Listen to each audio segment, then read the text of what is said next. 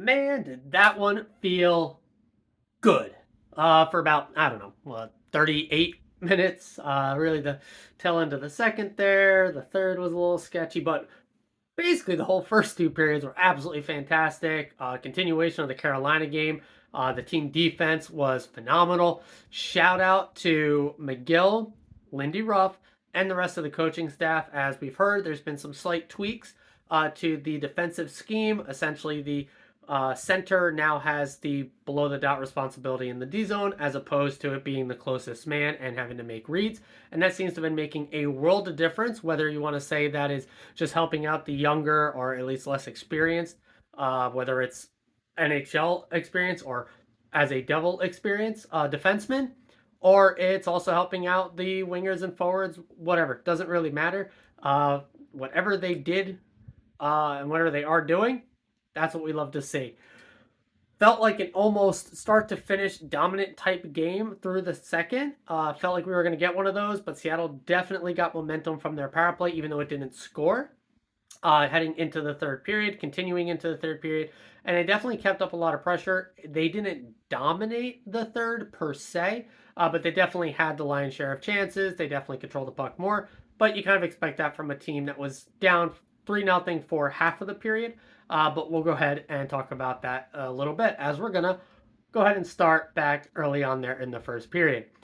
Devils basically came out flying through the first, controlled all of the play, did not give up essentially any scoring chance. I felt like, yeah, there was a few shots they gave up, but an actual, outside of a absolute flub of a goal, I don't think they gave up a single scoring chance in that first period.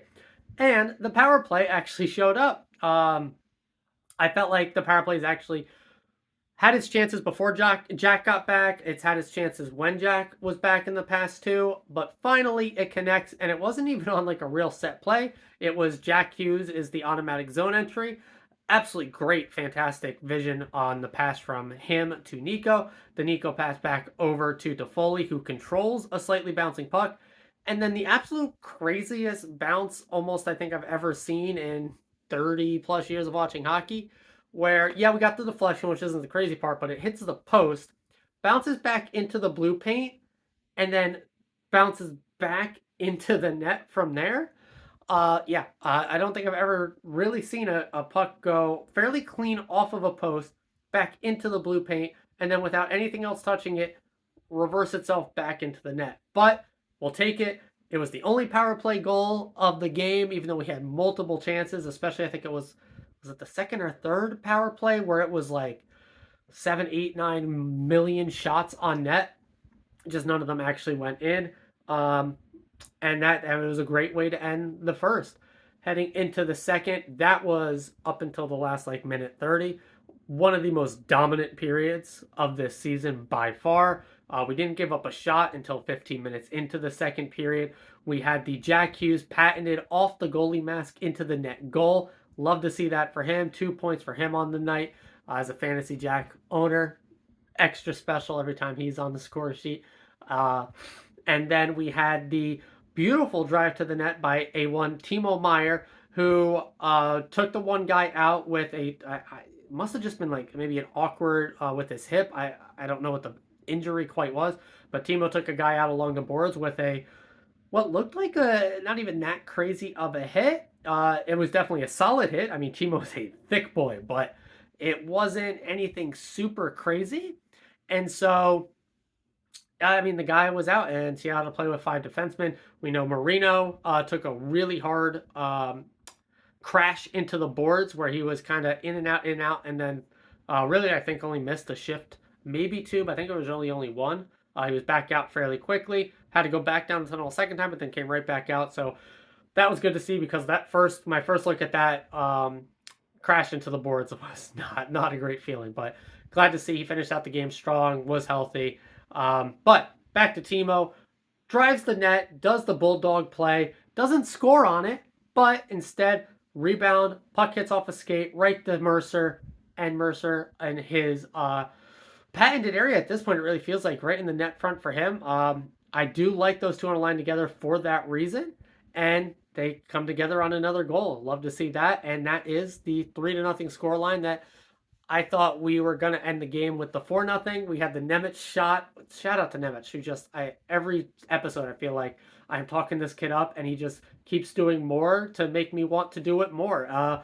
Yeah, that Halla goalie interference was 100%. I mean, not even the crashing into the upper body what he did. Literally just the skates coming together in the blue paint, in my opinion, would have been enough for the goalie interference there. But honestly, if he'd never even crossed in front, I think that Nemeth shot had a chance of going in. Now, Descartes has been playing fantastic all year for Seattle. His record doesn't show up, but his goals against average and save percentage absolutely do. I thought even though he gave up 3, 4 technically up on him, only gave up 3. He played very well in this one as well. We probably should have had another couple as well.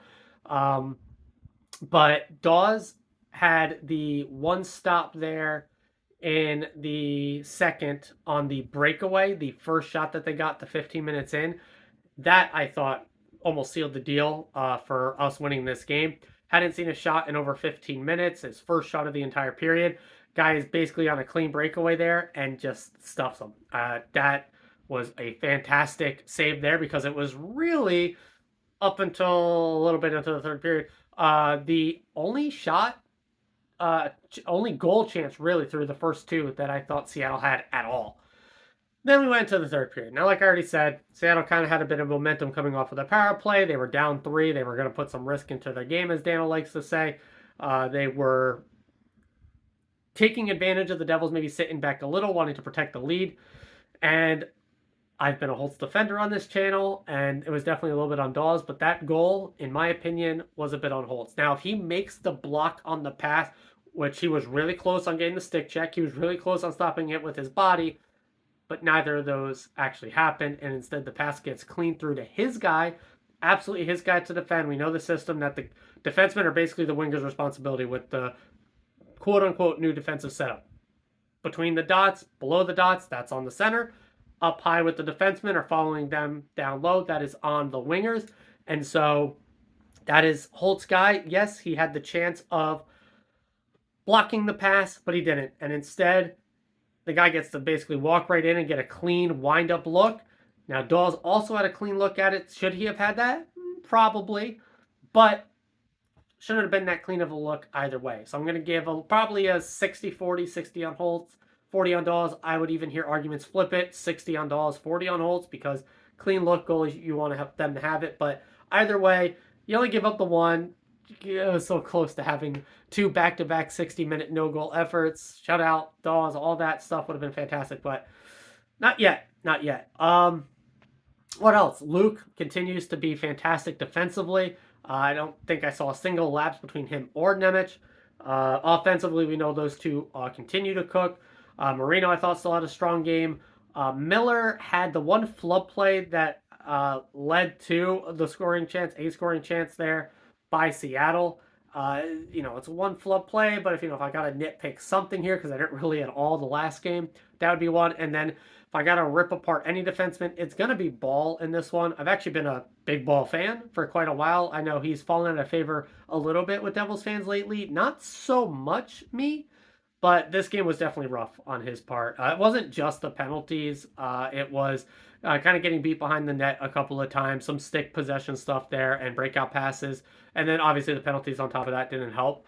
So you'd love to see him come together because Hataka continues to impress. I've basically shouted him out since the first game up, and I think he's looking real good. Was that trade really the Hataka trade, and we got a third line winger as a sweetener?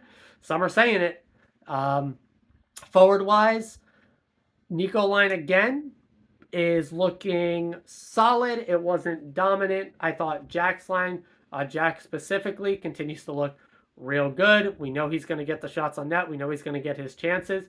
But it was more so just like a team effort across the board. Not necessarily that we're just lighting it up on like crazy high danger chances and this high flying back and forth. Instead, it felt a lot more controlled, if that makes any sense. Essentially, we're not giving up the crazy chances at the other end, and we're not generating these insane chances going the other way on the breakout passes and transition, but instead we're just kind of controlling and setting up good plays and getting pucks on net, and that's what we really like to see. I think that's really going to do it. across the board, just solid effort. I'm not going to be upset at the third period, giving up more chances because, and this is my caveat, we have the game tomorrow. 8 p.m. start against Nashville. We did not want to tire ourselves out. We wanted to continue rolling 4 lines. It wasn't full bore, just trying to run Seattle into the ground as it may have been if we had a day or two break after this one. Instead, it was conserve some energy. We were up 3. Yes, we gave up the 1, but we held it down. Win by 2, 3-1. It was just really a solid victory. You love to see that.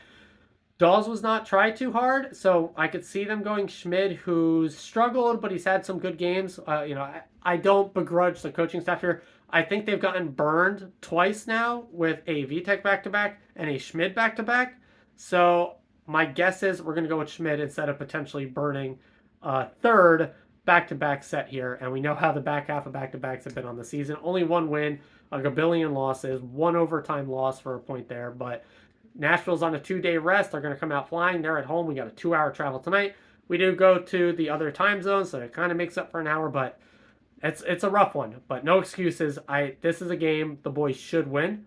Last I checked, Flyers were up. My assumption is they're going to beat the Yotes, which will make, if we can win out this week, going up against the Flyers at the Stadium Series, we could put ourselves, I think, within 2 points, depending on how Flyers play out the rest of their week. So it's a big week, and that will be a big game. So looking forward to it. Very excited. Very happy with this one. Yeah, gonna go ahead and call it here. My last couple videos, I've had a phone die. I've had reached my storage limit on my phone, so the video cut off early. So looking forward to saying this as always and forever. Let's go Devils.